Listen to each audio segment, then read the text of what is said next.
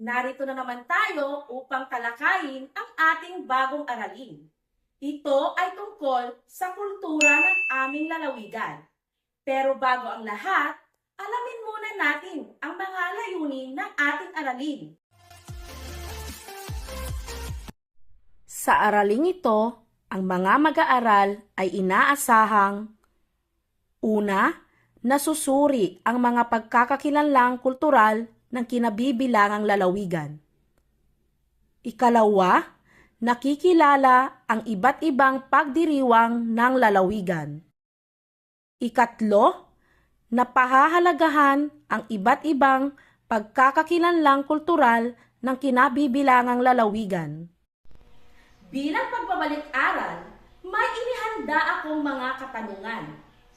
Ano ang pinag-aralan natin kahapon? Tama! Ang pinag-aralan natin kahapon ay tungkol sa kultura. Ano nga ba ang kultura? Ang kultura ay binubuo ng mga katangi-tanging kaugalian, tradisyon at paniniwala, mga pagdiriwang, kagamitan, kasabihan, awit, sining at iba pa. Ngayon naman, ano ang dalawang uri ng kultura at ano ang pagkakaiba ng mga ito? Ang dalawang uri ng kultura ay ang kulturang materyal at kulturang di materyal. Ang kulturang materyal ay mga bagay na nakikita, nahihipo o nahahawakan, gaya ng kasuotan, kasangkapan, pagkain, tirahan, palamuti sa bahay at sa katawan at iba pa. Samantalang ang kulturang di materyal ay mga bagay na di nahahawakan o di nahihipo, gaya ng awit, sayaw, sining at panitikan, mga tradisyon, kaugalian, paniniwala, edukasyon, pagpapahalaga, pamahalaan at iba pa. Ngayon naman mga bata, meron akong ipapakitang mga larawan. Ano ang mapapansin ninyo sa mga larawan? Tama! Ito ay ilan sa mga kultura ng ating mga Pilipino.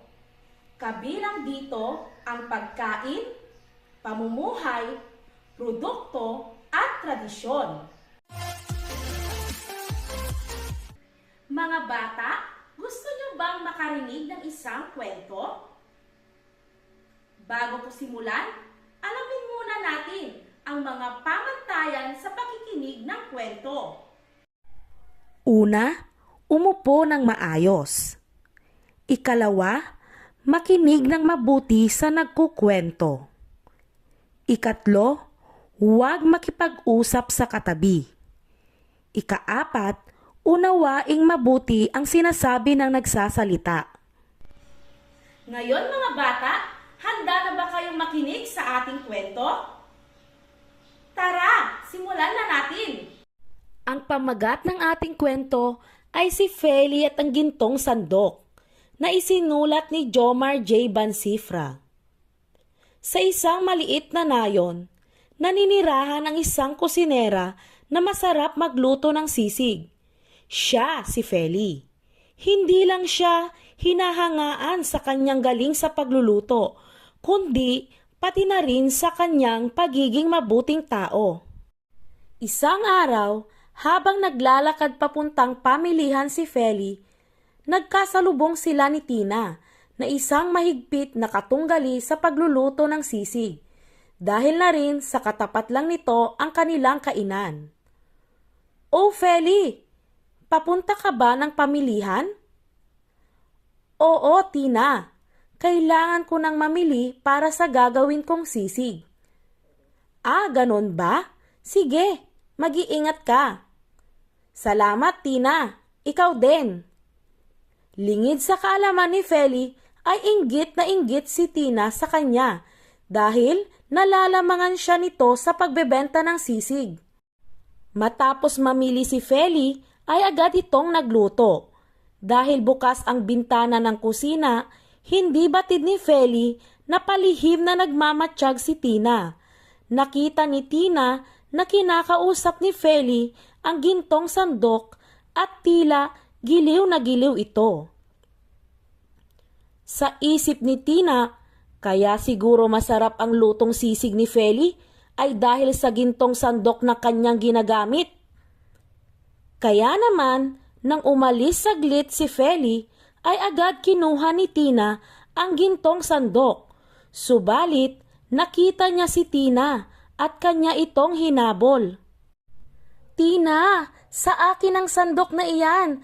Bakit mo kinuha?"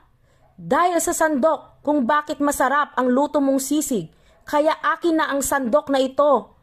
"Hindi, Tina. Nagkakamali ka. Nagmamakaawa ako. Ibalik mo sa akin iyan. Sa kanununuan ko pa ang gintong sandok na iyan. Hindi iyan ang nagpapasarap ng aking lutuin." "Hindi ako naniniwala." Hinabol ni Feli si Tina hanggang sa maabutan niya ito sa tabi ng rumaragasang ilog. Nag-agawan sina Feli at Tina sa gintong sandok hanggang sa mahulog ang gintong sandok sa ilog. Lumuha si Feli habang unti-unting nilamon ng ilog ang kanyang sandok. Samantala, umuwi naman si Tina na masaya dahil alam niyang di nasasarap ang lutong sisig ni Feli. Kinaumagahan, nagtataka si Tina kung bakit marami pa ring bumibili sa kainan ni Feli. Sumilip si Tina sa kusina ni Feli at napansin niyang magiliw itong nagluluto. Napagtanto ni Tina na hindi ang gintong sandok ang nagpapasarap sa lutuin ni Feli, kung hindi ang pagmamahal na kalakip nito sa paggawa niya ng masarap na sisig. Kinabukasan, habang naglalabas si Tina sa ilog, ay nakita niya ang isang bagay na kumikinang sa may batuhan.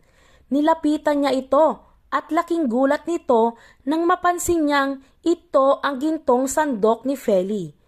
Kinuha ni Tina ang gintong sandok at agad na pinuntahan si Feli upang ibalik ito. Humingi rin siya ng tawad kay Feli sa kanyang nagawa. At simula noon ay naging mabuting magkaibigan sina Tina at Feli. Mga bata, naiintindihan niyo ba ang kwentong binasa natin? Magaling! Ngayon naman ay may inihanda akong mga katanungan. Sa unang tanong, sino ang mga tauhan sa kwento? Sa ikalawang tanong, tama ba ang ugaling ipinakita ni Tina? Bakit? Sa ikatlong tanong, anong klase ng ulam ang masarap lutuin ni Feli? Sa panghuling tanong, saang lalawigan sikat ang ulam na iniluluto ni Feli? Ngayon mga bata, ang ating kwentong binasa ay may kaugnay sa ating bagong aralin ngayong araw. Ang bawat lalawigan sa ating rehiyon ay may kanya-kanyang kultura na may pagmamalaki sa kanilang lalawigan. Kinikilala ang ating rehiyon sa isa sa pinakamayamang kultura sa iba't ibang larangan.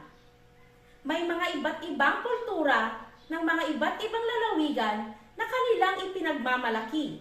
Sa lalawigan ng Aurora, Bataan, Bulacan, Pampanga, Zambales at Nueva Ecija. Ngayon naman, talakayin natin ang kultura ng ating lalawigan, ang lalawigan ng Tarlac.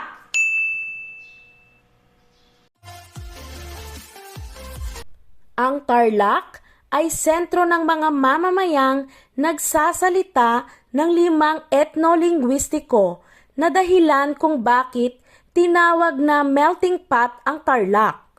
Tubo at palay ang mga pangunahing produkto rito. Matatagpuan sa lalawigan ang malaking industriya ng asukal, ang Central Azucarera de Tarlac. May iba't ibang produkto ang makikita natin sa lalawigan ng Tarlac. Isa rito ang pansit anaw. Ang pansit anaw ay isang klase ng noodles na gawa sa dahon ng malunggay. Matatagpuan at produkto ito ng Barangay San Juan, Anao, Tarlac. Kasalukuyan itong inihahanda sa Kape Agape, isang sikat na kainan sa Anao, Tarlac. Ito naman ang organic white mushroom na produkto ng Barangay Don Ramon, Anao, Tarlac. Ito ay ipinagbibili sa mga karatig barangay at bayan upang pagkuhanan ng kabuhayan. Sa Barangay Santo Domingo, Anao, Tarlac naman, matatagpuan ang iba't ibang klase ng suka na gawa sa mangga, sampalok, bignay at bayabas. Dito rin matatagpuan ang pinakamasarap at masustansyang chips na gawa sa kamote at kalabasa. Dahil malapit sa Ilocanja, pati na rin sa Pampanga, marami sa mga pagkaing Tarlakenyo ang may impluwensya ng lutuing Ilocano at Kapampangan na mula sa Kamiling, Tarlac. Isa sa ipinagmamalaki nilang putahe ang chicharon Kamiling na nahahawig sa bagnet ng Ilocos. Sa Moncada, Tarlac naman, matatagpuan ang pinakamasarap na puto na gawa sa keso, ube at itlog maalat.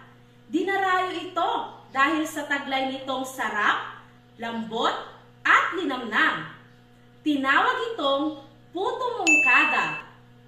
Ngayon naman, talakayin natin ang mga ipinagmamalaking pagdiriwang sa lalawigan ng Tarlac.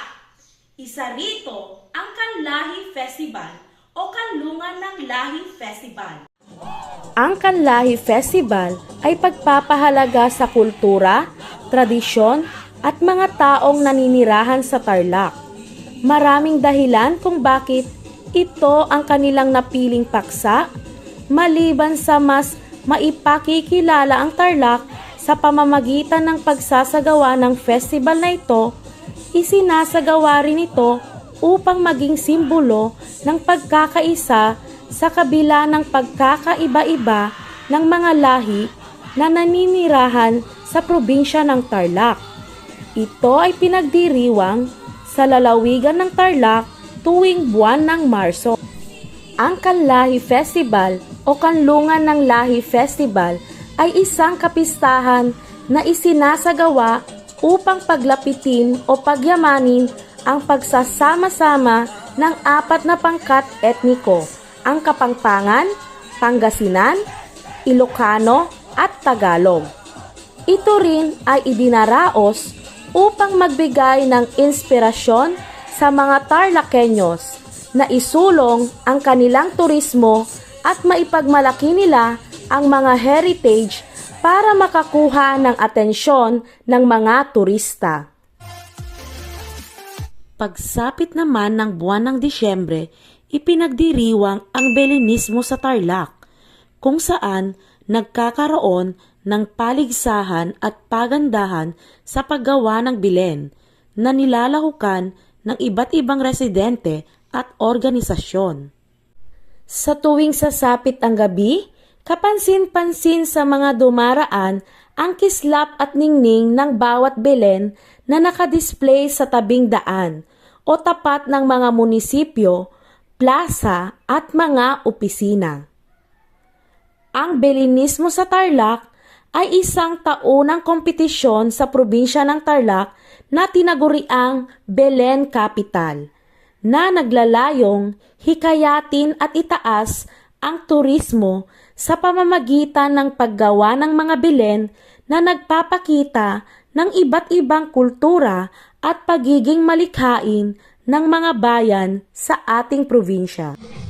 Ang bayan ng Anao, Tarlac ay kilala sa paggunita ng Ilang-Ilang Festival tuwing ika-16 ng Marso.